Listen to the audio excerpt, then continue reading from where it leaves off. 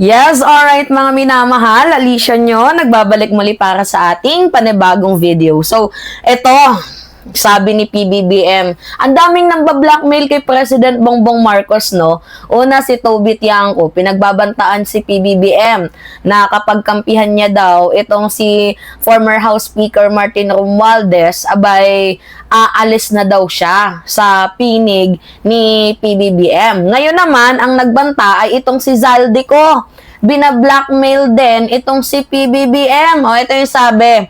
Basahin na lang natin sa inyo mga minamahal ha. Sabi dito ni PBBM, I do not negotiate with criminals. Marcos slams Zaldico's lawyer over alleged blackmail attempt.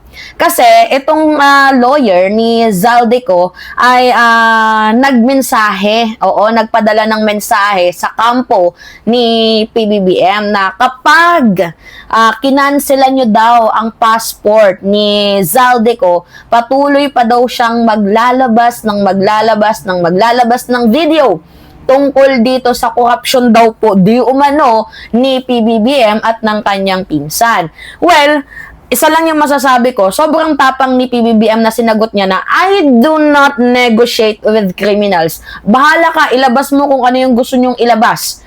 'Di ba? Basta ako, alam ko sa sarili ko na wala akong ginagawang masama. Alam ko na malinis ang administrasyon na hinahawakan ko. Walang takot. Si PBBM na nagsabi niyan, go ahead! Sige, ilabas mo kung meron kang ilalabas. 'Di ba? So sabi dito, President Ferdinand Marcos accused former lawmaker Zaldico's legal counsel of attempting to blackmail him. So the alleged deal will no longer release his tape accusation as long as the government does not cancel his passport. So kapag hindi kinansela yung passport, wala nang video. Hindi na maglalabas ng kahit ni-how na video. Itong si Zaldico kay PBBM, tungkol nga po sa kanya mga revelation na hindi natin alam. Tingnan ninyo, habang tumatagal, mas grabe yung hair growth ng buhok ni Zaldico. May naniniwala pa ba kay Zaldico? Baka sa sunod, opa na yan si Zaldico, no? So sabi ni PBBM, nilapitan po kami ng abogado ni Zaldico at nagtatangkang mam-blackmail na kung hindi namin kakansalihan daw ang passport niya, hindi na raw siya maglalabas ng video. Sabi ni PBBM, I do not negotiate. I do not negotiate with the criminals. So the president said that even Ko keep releasing videos, his passport would be still canceled. You cannot escape the justice. Aray mo. 'Di ba? Grabe to. Mga minamahal, bombang-bomba. Isipin niyo 'yun ha. Humigit kumulang 12 billion pesos ang total asset na pina-freeze ng AMLAC. Ang laking scale nito. Mga minamahal, kasama pa dyan ang air asset ni Zaldico. Ang 4 billion pesos na estimated value, hindi lang din yan. Na-frozen din ang humigit kumulang 3,566 bank accounts.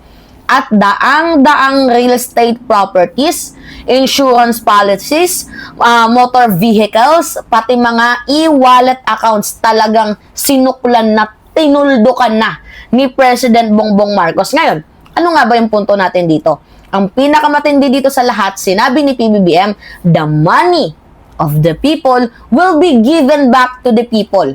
So yan po ang mensahe na nagpapakita ng napakatinding political will ni President Bongbong Marcos. At ang message ng administrasyon, hindi kami nakikipaglaro sa inyo. Seryoso itong kasong to. Babawiin ang ninakaw na pera ng taong bayan at ibabalik ito sa kanila. Pero, teka lang mga minamahal, there's more. Hindi lang sa private sector nakatutok ang sweep. Oo. May mga malalaking development galing sa ICI at DPWH. Ang kanilang recommendation, mga minamahal, mabibigat na kaso. Anong kaso? Sige nga, hulaan ninyo. Walang iba kundi plunder. Bukod sa plunder, ano pa? Anti-graft, bribery, at conflict of interest laban sa 8 mga congressman. 'Di ba nakakagulat, mga minamahal? Nakakagulat. Sila mismo ang may-ari ng mga construction companies na may kontrata dito nga po sa DPWH. 'Di ba?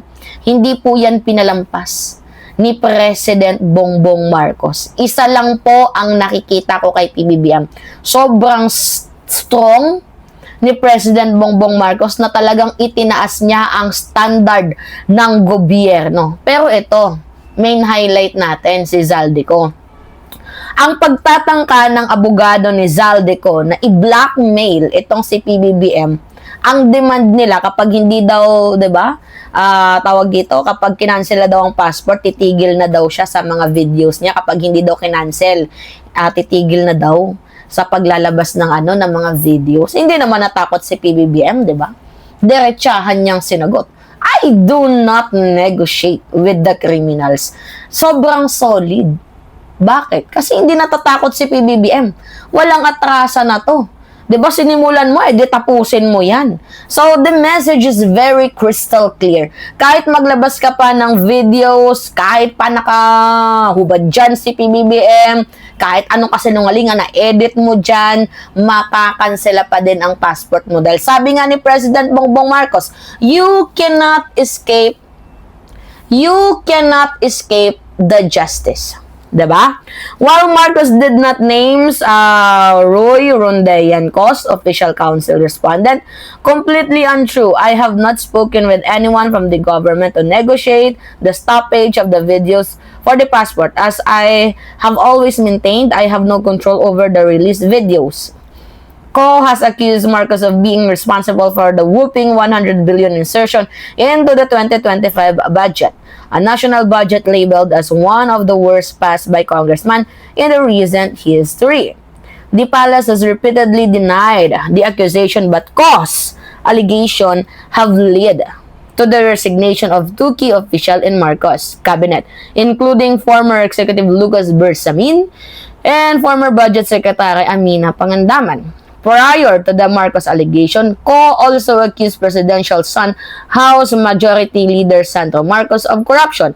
Sandro has already denied this claim, calling them fantastical. And beside mga minamahal, Sandro Marcos represented himself sa ICI. Go ahead, investigate me.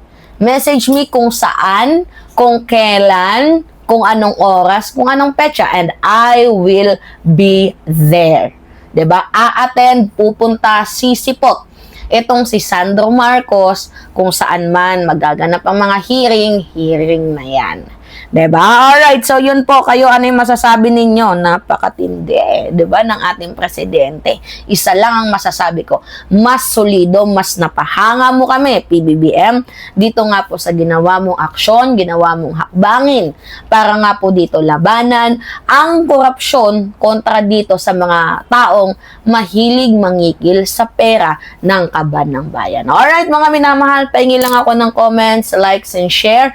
And also, don't forget to click the subscribe and always nyo pong i-hit ang notification bell para lagi kayong na-update sa mga video na ina-upload natin. At sa mga Team Replay, huwag nyong kalilimutan na i-click ang subscribe, i-hit ninyo ang notification bell para lagi kayong na-update sa mga videos na ina-upload natin. Maraming salamat at ingat, mga kababayan!